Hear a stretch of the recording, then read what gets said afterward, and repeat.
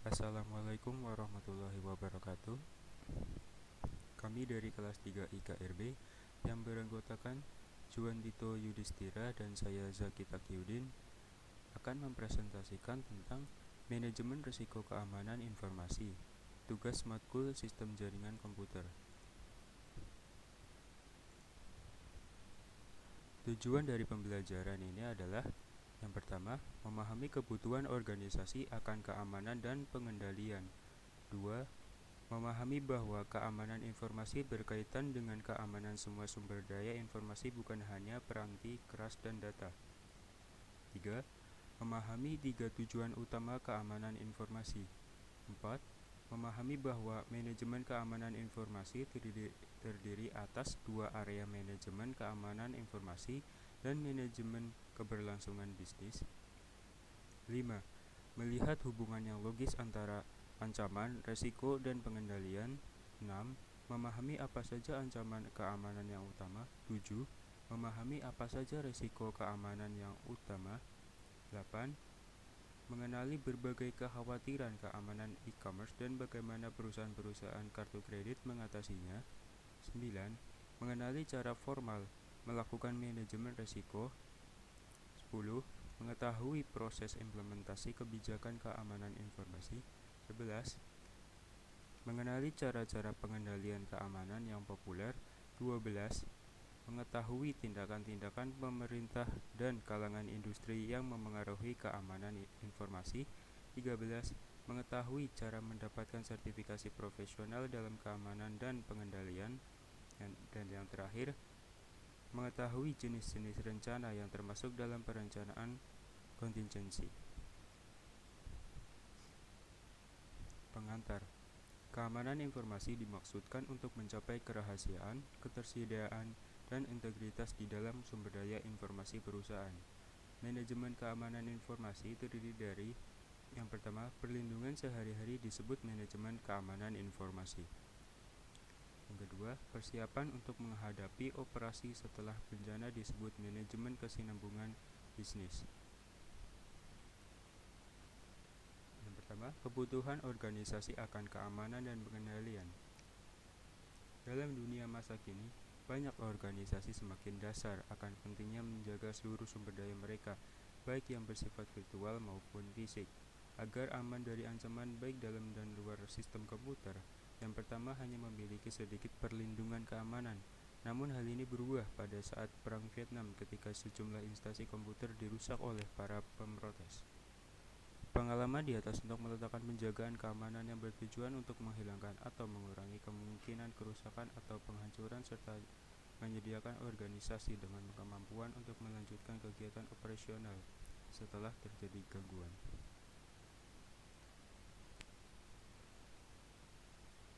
Keamanan informasi. Keamanan informasi berkaitan dengan semua sumber daya informasi, bukan hanya peranti keras data, namun juga peranti lunak, fasilitas komputer, dan personal. Istilah keamanan informasi digunakan untuk mendeskripsikan perlindungan baik peralatan komputer dan non-komputer, fasilitas data dan informasi dari penyalahgunaan pihak-pihak yang tidak berwenang. 3. Tujuan keamanan informasi. Keamanan informasi dimaksudkan untuk mencapai 3 sasaran utama, yaitu 1. Kerahasiaan, melindungi data dan informasi perusahaan dari penyingkapan orang-orang yang tidak berhak. 2. Ketersediaan, meyakinkan bahwa data dan informasi perusahaan hanya dapat digunakan oleh orang yang berhak menggunakannya. 3. Integritas, sistem informasi perlu menyediakan representasi yang akurat dari sistem fisik yang direpresentasikan. 4. Manajemen keamanan informasi. Manajemen keamanan informasi terdiri atas 2 area.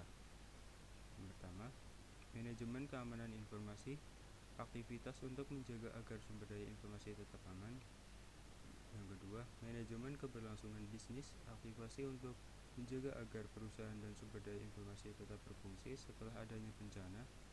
Istilah Corporate Information System Security Officer atau CISCO telah digunakan untuk orang yang berada di organisasi yang bertanggung jawab pada sistem keamanan informasi perusahaan. Saat ini ada istilah baru yaitu Corporate Information Assurance Officer atau CAO yang melaporkan kepada CEO dan mengatur suatu unit jaminan informasi. 5. Manajemen keamanan informasi. Manajemen informasi keamanan terdiri dari 4 langkah. Yang pertama, identifikasi ancaman threats yang dapat menyerang sumber daya informasi perusahaan.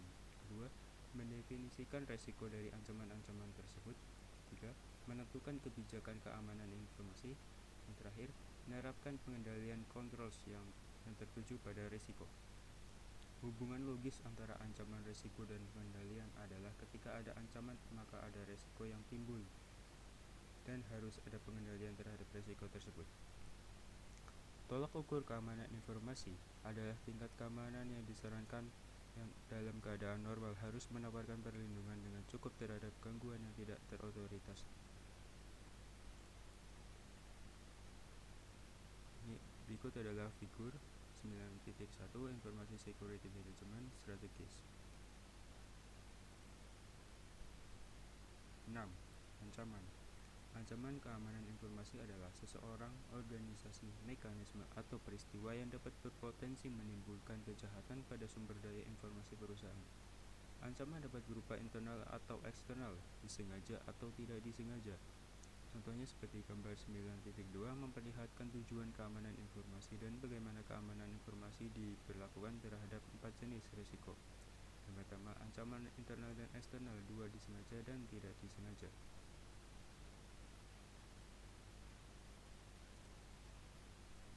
Jenis ancaman yang paling terkenal, virus. Sebuah virus adalah sebuah program komputer yang dapat mereplikasi dirinya sendiri tanpa pengetahuan pengguna. Sebuah worm tidak dapat mereplikasi dirinya sendiri tanpa sebuah sistem, tapi tidak memancarkan salinan dengan sendirinya oleh email. Sebuah Trojan horse tidak dapat mereplikasi maupun mendistribusikan dirinya sendiri. Distribusi terpenuhi oleh para pemakai yang mendistribusikannya sebagai utilitas. Maka ketika digunakan menghasilkan sesuatu perubahan yang tidak dikehendaki dalam kemampuan sistem. Sebuah adware memunculkan pesan-pesan iklan yang mengganggu. Sebuah spyware mengumpulkan data dari mesin pengguna. Risiko. Tindakan tidak sah yang menyebabkan risiko dapat digolongkan ke dalam 4 jenis. 1. Pencurian dan penyingkapan tidak terotorisasi. 2. Penggunaan tidak terotorisasi. 3. Pembinasaan dan pengingkaran layanan yang tidak terotorisasi. 4. Modifikasi yang tidak terotorisasi. 7. Pertimbangan e-commerce. E-commerce telah memperkenalkan sebuah keamanan risiko yang baru, penipuan kartu kredit. Keduanya, American Express dan Visa, telah mengimplementasikan program yang mengarahkan secara rinci pada e-commerce. American Express mengumumkan penyediaan angka-angka kartu kredit. Angka ini dibandingkan dengan angka kartu kredit pelanggannya yang ditujukan pada perdagangan online menggunakan e-commerce yang memilih American Express untuk pembayarannya. Visa telah mengumumkan 10 praktek terkait dengan keamanan yang mereka harap pengecarnya untuk mengikuti lebih dari 3 langkah praktek yang umum dilakukan. Tindakan pencegahan Visa. Pengecar harus: yang pertama, memasang dan memelihara firewall. 2. Memperbarui keamanan. 3. Melakukan enkripsi pada data yang disimpan. 4. Melakukan enkripsi pada data yang dikirimkan. 5. Menggunakan dan memperbarui perangkat lunak antivirus. 6. Membatasi akses data kepada orang-orang yang ingin tahu. 7. Memberikan ID unik untuk orang yang memiliki kemudahan mengakses data. 8. Memantau akses data dengan ID unik. 9. Tidak menggunakan password default dari vendor. 10. Secara teratur mengunci keamanan sistem. Pengecar perlu memantau pegawai yang memiliki akses data dan tidak meninggalkan data disket, kertas, dan lain-lain, atau komputer di dalam keadaan tidak aman. Dan terakhir, hapus data jika sudah tidak digunakan. Manajemen risiko. 4 sub langkah untuk mendefinisikan risiko informasi adalah: mengidentifikasi aset bisnis yang harus dilindungi dari risiko, menyadari risiko, tentukan tingkat dampak pada perubahan jika risiko benar-benar terjadi, menganalisis kerentanan perusahaan. Pendekatan sistematis dapat diambil dari langkah 3 dan 4 dengan menentukan dampak dan menganalisis kelemahan. Baik, di sini saya John Tito Yudhistira akan melanjutkan presentasi dari Zaki Taqiyuddin. tingkat, dampak, dan kelemahan menentukan pengendalian. Di sini ada 3 tingkatan. Yang pertama ada kelemahan tingkat tinggi, yang kedua ada kelemahan tingkat menengah, yang ketiga ada kelemahan tingkat rendah. Terdapat 3 dampak.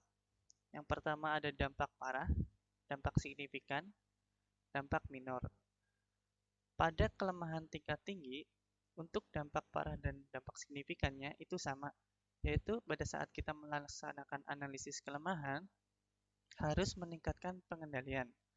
Tetapi, pada dampak minornya, saat kita melaksanakan analisis kelemahan, itu tidak dibutuhkan, sehingga kita tidak perlu meningkatkan pengendalian. Untuk kelemahan tingkat menengah, itu sama seperti tingkat kelemahan tinggi, yang dimana dampak parah dan dampak signifikannya saat kita melaksanakan analisis kelemahan, itu harus melakukan peningkatan pengendalian. Dan juga pada dampak minornya, itu pada saat analisis kelemahan tidak dibutuhkan. Nah, pada kelemahan tingkat rendah, pada dampak parah dan dampak signifikannya juga sama, yaitu pada saat melaksanakan analisis kelemahan, kita harus menjaga pengendalian ketat. Tetapi pada dampak minornya, pada saat kita melaksanakan analisis kelemahan, itu tidak dibutuhkan. Di sini ada laporan analisis risiko. Penemuan dari analisis risiko harus didokumentasikan dalam sebuah laporan yang berisi informasi rinci seperti berikut untuk masing-masing risikonya. Yang pertama ada deskripsi risiko, kedua sumber risiko, yang ketiga tingginya tingkat risiko, yang keempat pengendalian yang diterapkan pada risiko tersebut. Yang kelima, para pemilik risiko tersebut. Yang keenam, tindakan yang direkomendasikan untuk mengatasi risiko. Yang ketujuh, jangka waktu yang direkomendasikan untuk mengatasi risiko. Dan yang terakhir, yang ke-8, apa yang telah dilaksanakan untuk mengatasi risiko tersebut. 10. Kebijakan keamanan informasi. Mengabaikan apakah perubahan mengikuti strategi manajemen risiko, kepatuhan tolak ukur maupun tidak. Suatu kebijakan yang menerapkan kebijakan keamanan dengan pendekatan yang bertahap. Di sini ada sebuah diagram di samping. Figur 9.3 mengilustrasikan 5 fase implementasi kebijakan keamanan. Pada fase pertama, inisiasi proyek, yang dimana tim harus menyusun kebijakan keamanan yang dibentuk dan suatu komite akan mencakup manajer dari wilayah di mana kebijakan akan diterapkan. Pada fase kedua, yaitu penyusunan kebijakan, yang dimana tim proyek berkonsultasi dengan semua pihak yang berminat dan berpengaruh oleh proyek. Pada fase ketiga, yaitu konsultasi dan persetujuan, yang dimana berkonsultasi dengan manajemen untuk memberitahukan temuannya, serta untuk mendapatkan pandangan mengenai persyaratan kebijakan. Pada fase keempatnya, yaitu kesadaran dan edukasi. Program pelatihan kesadaran dan edukasi dilaksanakan dalam unit organisasi. Fase 5, yaitu penyebarluasan kebijakan, yang dimana disebarluaskan oleh seluruh unit organisasi di mana kebijakan dapat diterapkan. 11. Pengendalian.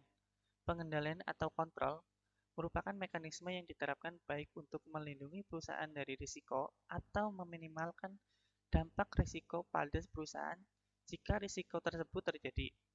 Pengendalian dibagi menjadi 3 kategori, yaitu teknis, formal, dan informal. Yang pertama, pengendalian teknis atau technical control. Pengendalian yang menjadi satu di dalam sistem dan dibuat oleh penyusun sistem selama masa siklus penyusunan sistem.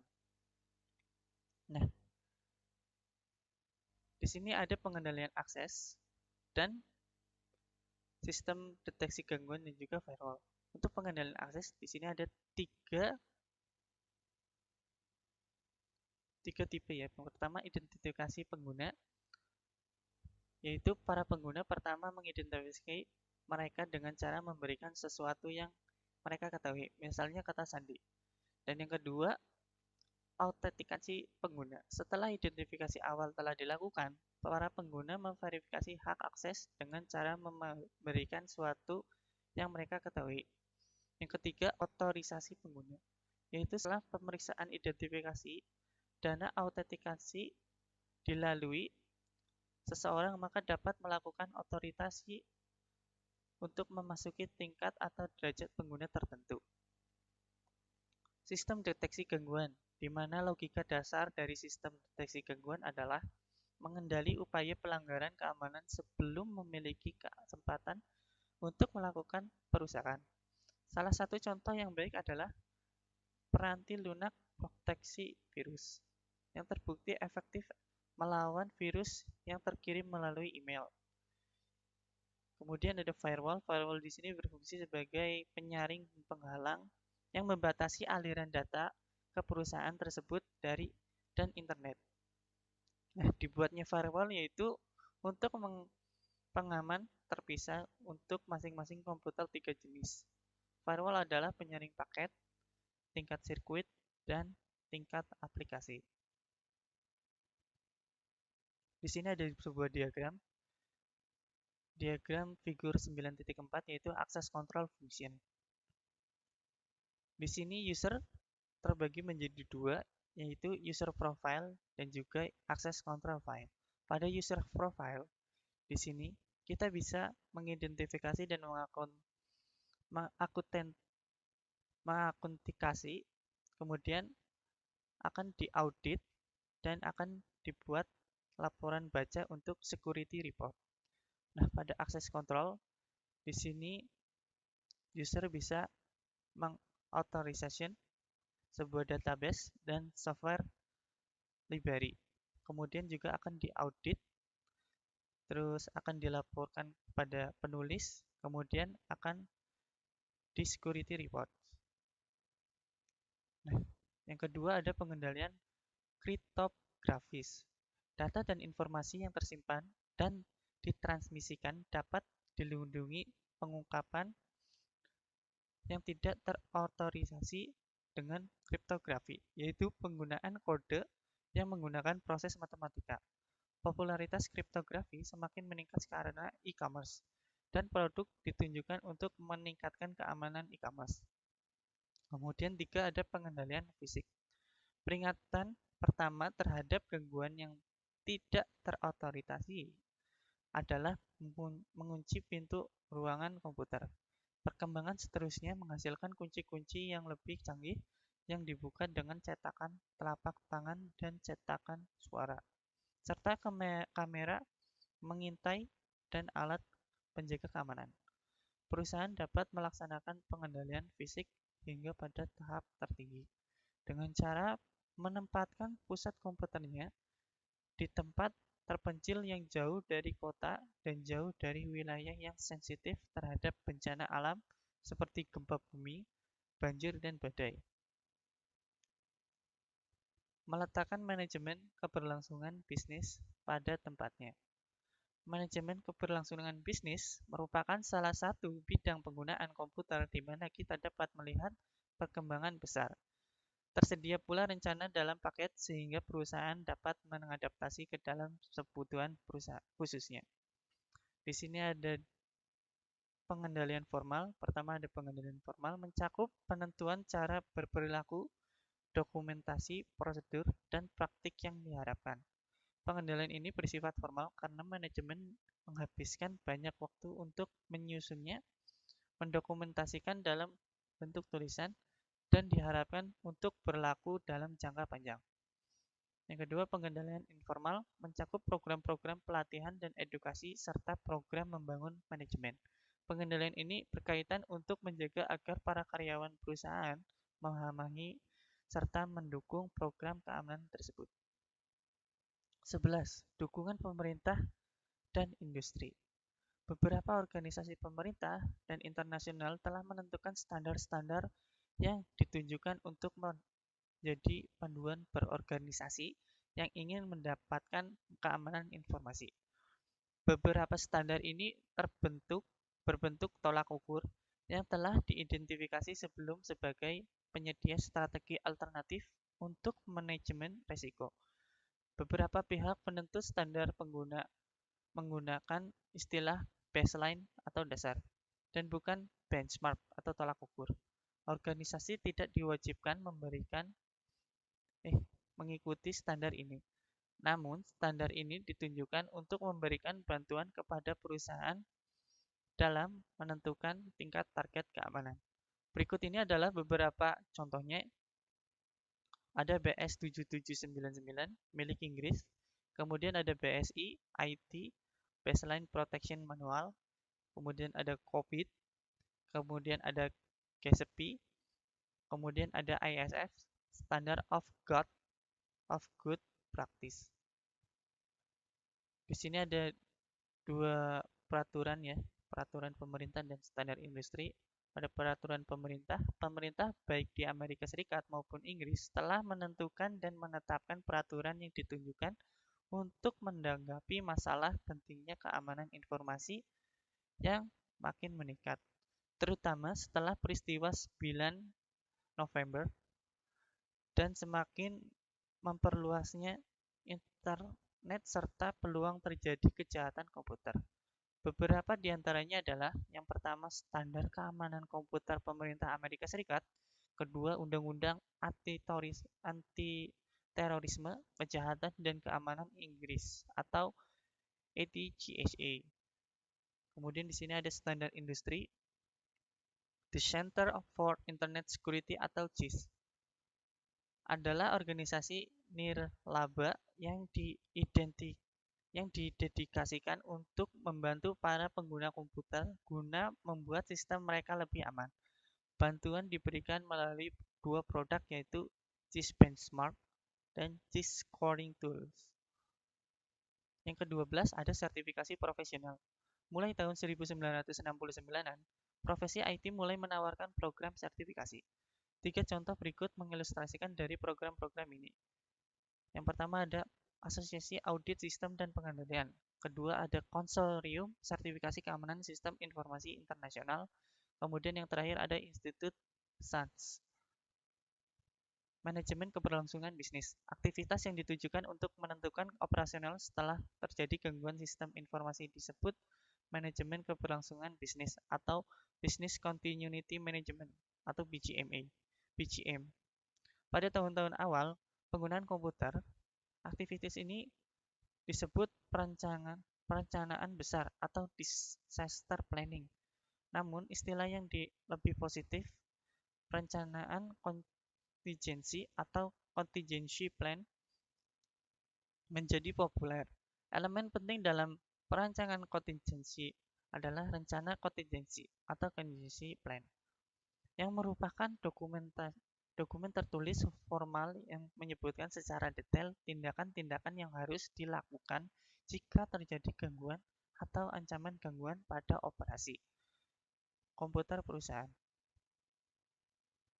Yang ke-13 ada subrencana yang menjawab beberapa kontingensi yang spesifik. Rencana darurat yang dimana menyebutkan cara-cara akan menjaga keamanan karyawan jika bencana terjadi. Cara-cara ini mencakup sistem alarm, prosedur evakuasi, dan sistem pemadaman APA. Yang kedua ada rencana cadangan, di mana perusahaan harus mengatur agar fasilitas komputer cadangan tersedia. Seandainya fasilitas yang biasa hancur atau rusak sehingga tidak dapat digunakan, maka cadangan dapat diperoleh melalui kombinasi redundansi, keberagaman, dan mobilitas.